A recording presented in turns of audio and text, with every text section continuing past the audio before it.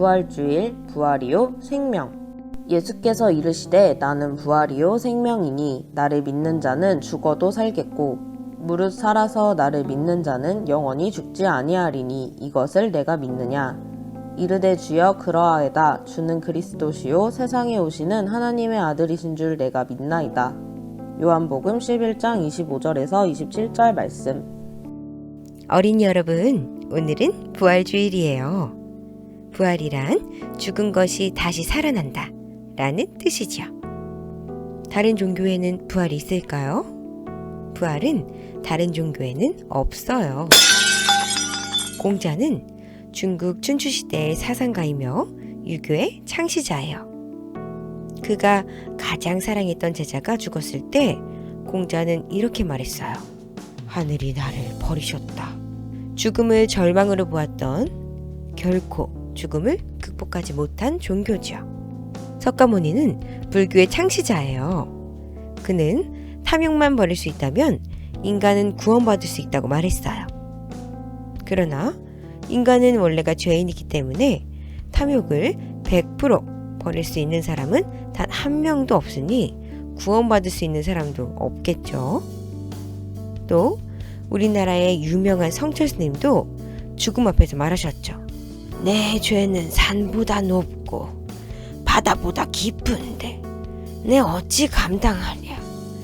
내가 80년 동안 포교한 것은 헛것이로다. 우리는 구원이 없다. 죄값을 해결할 자가 없기 때문이다. 비리야, 내가 잘못했다. 내 인생을 잘못 선택했다. 나는 지옥에 간다.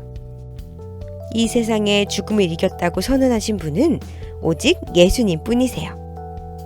예수님께서는 우리의 죄를 대신하여 십자가에 못 박혀 죽으시고 3일 만에 다시 살아나셨어요. 그리고 영원히 살아계신답니다. 이것을 부활이라고 이야기해요. 오늘 본문에서 예수님은 스스로를 부활이라고 말씀하셨어요. 예수님께서는 왜 부활을 말씀하셨을까요? 그 배경은 오늘 본문에서 찾을 수 있어요.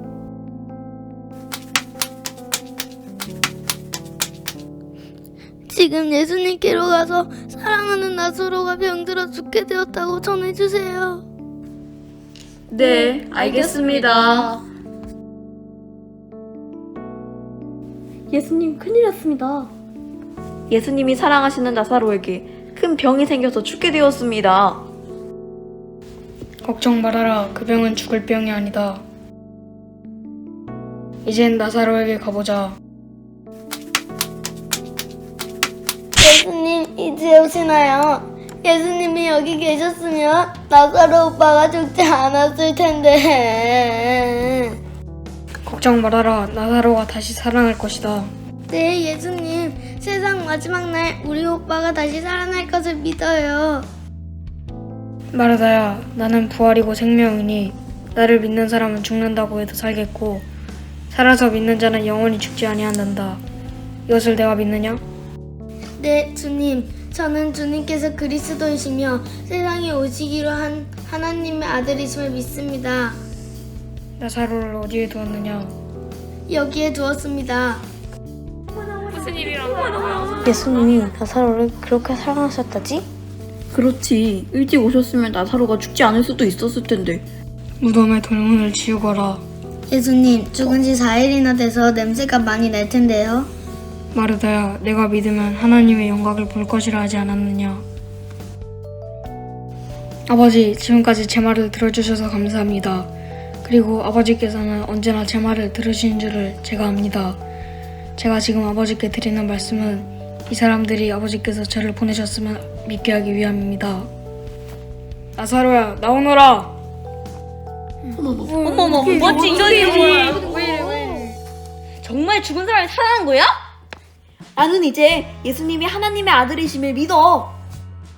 예수님은 나사로를 너무나 사랑하셨어요. 마르다의 말대로 예수님이 빨리 오셨더라면 나사로가 죽기 전에 살리실 수도 있었을 거예요. 그러나 예수님은 이틀이나 더 계시다가 오셨죠. 왜 그랬을까요? 그 이유는 나사로가 죽기 전에 가서 치료하셨다면 단순히 병을 치료하는 것이지만 나사로가 죽고 난 다음에 다시 살려내는 것을 사람들에게 보여주시려고 예수님은 때를 기다리셨던 거예요. 나사로가 다시 살아난 이 사건을 통해 우리에게 주시는 의미는 무엇일까요? 하나는 앞으로 예수님이 죽으시고 다시 살아나실 것이라는 예수님의 부활의 예고인 것입니다. 또 하나 중요한 것이 있어요. 우리에게는 축복인 사실이에요. 바로 이 일은 성도의 부활을 예고해주는 사건이랍니다. 예수님께서 역사의 마지막 날에 예수님을 믿고 죽은 모든 사람들을 다시 살려주실 걸로 믿어요. 예수님께서 다시 오실 그날, 우리가 이미 죽었다면 우리의 몸을 부활시키실 것과 만약 살아있다면 우리의 몸을 예수님의 부활체와 똑같은 신령한 몸으로 변화시켜 주실 것. 이것이 바로 성도의 부활이에요. 여러분, 나사로가 다시 살아난 것은 예수님께서 우리에게 주신 부활을 알리시는 사건이에요.